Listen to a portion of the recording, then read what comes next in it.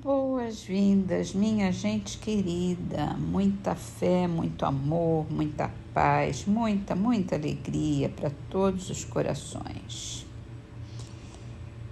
Vamos começar as nossas leituras de hoje com a frase de Emmanuel do livro Canteiro de Ideias, psicografado por Chico Xavier. As afeições te abandonam.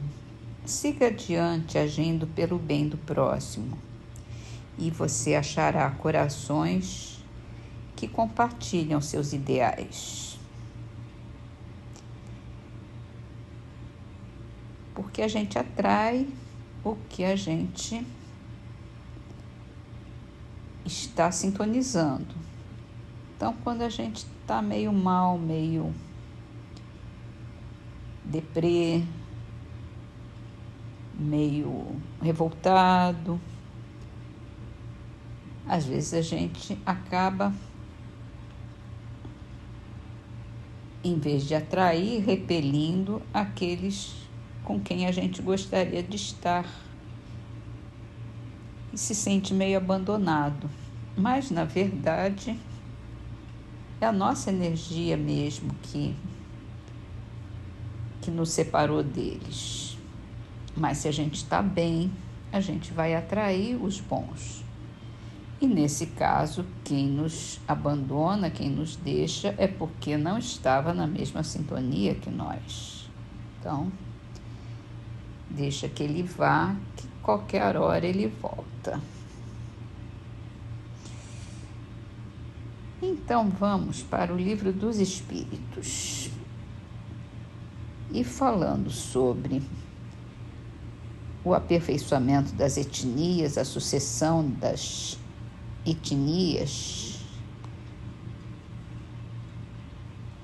Kardec perguntou: do ponto de vista físico, qual é o caráter distintivo e dominante das raças primitivas? É o desenvolvimento da força bruta à custa da força intelectual. Agora, se dá o contrário. A humanidade faz mais pela inteligência do que pela força do corpo. E faz 100 vezes mais, porque soube tirar proveito das forças da natureza, o que os animais não conseguem. Que a gente vai evoluindo a nossa mente, vai evoluindo a nossa inteligência e a gente começa a economizar nas forças e aumentar o vigor intelectual, o vigor mental, que nos ajuda a resolver tudo de uma forma mais coerente, mais inteligente. E vai melhorar mais ainda, porque na medida que a gente vai evoluindo, o espírito vai progredindo, vai se depurando e a força física fica cada vez mais levada para o que não é importante, né? O importante deixa de ser o físico, mais o espiritual. E hoje nós vamos para o Evangelho segundo o Espiritismo, onde a gente está tratando das preces. E a prece de hoje é por um agonizante. A explicação é assim: a agonia é o prelúdio da separação da alma e do corpo. Pode-se dizer que nesse momento a pessoa tem um pé nesse mundo e um no outro. Às vezes essa passagem é penosa. Para os que estão muito apegados à matéria e viverão mais para os bens deste mundo do que para os do outro, ou cuja consciência se encontra agitada pelos pesares e remorsos. Do outro lado, para aqueles cujos pensamentos buscaram o infinito, se desprenderam da matéria, os laços que os prendem à terra são menos difíceis de romper e não tem nada de doloroso os seus últimos momentos. Então, apenas um fio liga a alma ao corpo, enquanto no primeiro caso, profundas raízes conservam a alma presa ao corpo. Em todos os casos, a prece exerce ação poderosa sobre o trabalho de separação. E aí a gente vê que nos doentes mais terminais já houve todo um preparo, o espírito está sendo preparado há algum tempo. Quando é uma morte súbita, uma morte fora do momento da idade, do tempo, muitas vezes o espírito ainda não ficou preparado e não foi preparado e tem mais dificuldade. E a prece sempre é um alívio, é um apaziguamento do espírito. É muito importante a gente se concentrar nesse momento para ajudar esse irmão que parte para o mundo dos espíritos. E assim nós terminamos as nossas leituras de hoje com a trovinha de Otávio Kelly, do livro Trovas do Mais Além, psicografado por Chico Xavier. Ofensa, injúria, pedrada, esquece tudo de vez, que a vida repõe na estrada o bem e o mal que se fez. Vamos dirigir a nossa prece hoje para as almas, para esses espíritos que estão dizendo adeus ao mundo da matéria, ao corpo físico. Se temos alguém que conhecemos nessa situação, podemos mentalizar essa prece para ele. Se não conhecemos, sabemos que existem muitas pessoas nesse momento se despedindo do corpo físico, entrando no mundo espiritual. Então é para eles que nós dirigimos a nossa prece. Deus onipotente e misericordioso,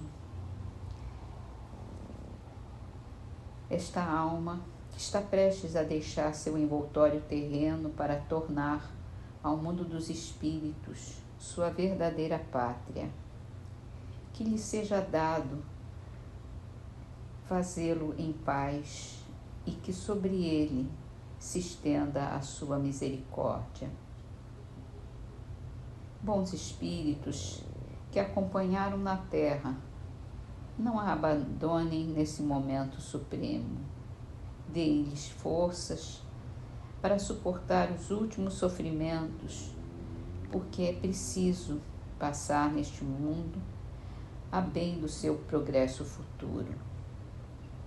Inspirem-no para que consagre ao arrependimento de suas faltas os últimos clarões de inteligência que lhe restam ou que momentaneamente lhe advenham.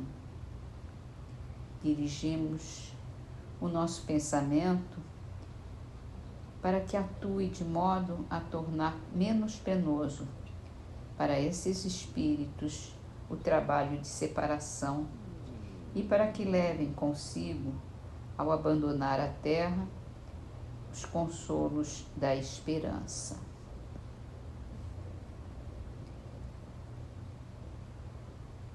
Pedimos, Senhor, que se compadeça de todos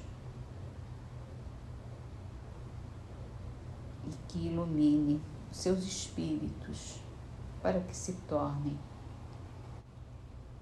mais receptivos aos seus espíritos familiares, aos seus protetores, mentores que os acompanham.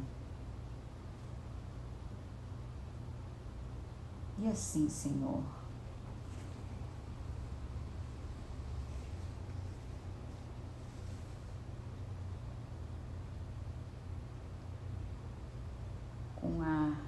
mensagem de Emmanuel, terminamos a nossa prece.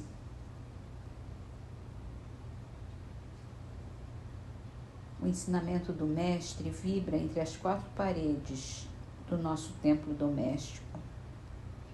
Existem pequenos sacrifícios que tecem a felicidade comum.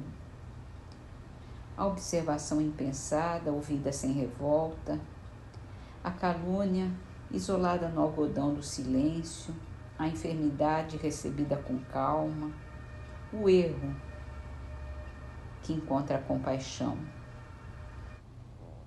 Aí, dentro desse paraíso que alguns já estão edificando em benefício deles mesmos e dos outros, o estímulo é um cântico de solidariedade incessante. A bondade é uma fonte inexaurível de paz e entendimento. A gentileza é a inspiração de todas as horas. O sorriso é a senha de cada um. E a palavra permanece revestida de luz, vinculada ao amor que o nosso amigo celeste nos legou. Somente depois dessa experiência evangélica, o coração está realmente habilitado para distribuir o pão divino da Boa Nova junto da multidão, embora devamos o esclarecimento amigo e o conselho santificante aos companheiros da romagem humana em todas as circunstâncias. Não esqueçamos, assim, os impositivos da aplicação com Cristo no santuário familiar, onde nos cabe o exemplo da paciência, da compreensão, da fraternidade, do serviço, da fé e do bom ânimo, no reinado legítimo do amor. Porque estudando a palavra do céu nos 4 evangelhos que constituem o testamento de luz, cada um de nós somos o 5º evangelho inacabado, mais vivo e atuante, que estamos escrevendo com os próprios testemunhos para que a nossa vida seja uma revelação de Jesus, aberta ao olhar e à apreciação de todos, sem necessidade de utilizarmos muitas palavras na advertência ou na pregação. Te agradecemos, Senhor, por todas essas palavras, por todas essas advertências, por estar conosco todo o tempo, por podermos abrir o nosso coração e senti-lo, sempre que tenhamos essa presença dentro de nós, esse esclarecimento, que a nossa mente e o nosso espírito se abrem para Ti, Senhor. Ajuda-nos que esse momento seja sempre constante em nossas vidas, que nos preparemos sempre para senti-lo, Senhor, em todos os momentos, em todas as horas. Te agradecemos, te louvamos por tantas bênçãos, por tanto amor. Obrigada, Senhor.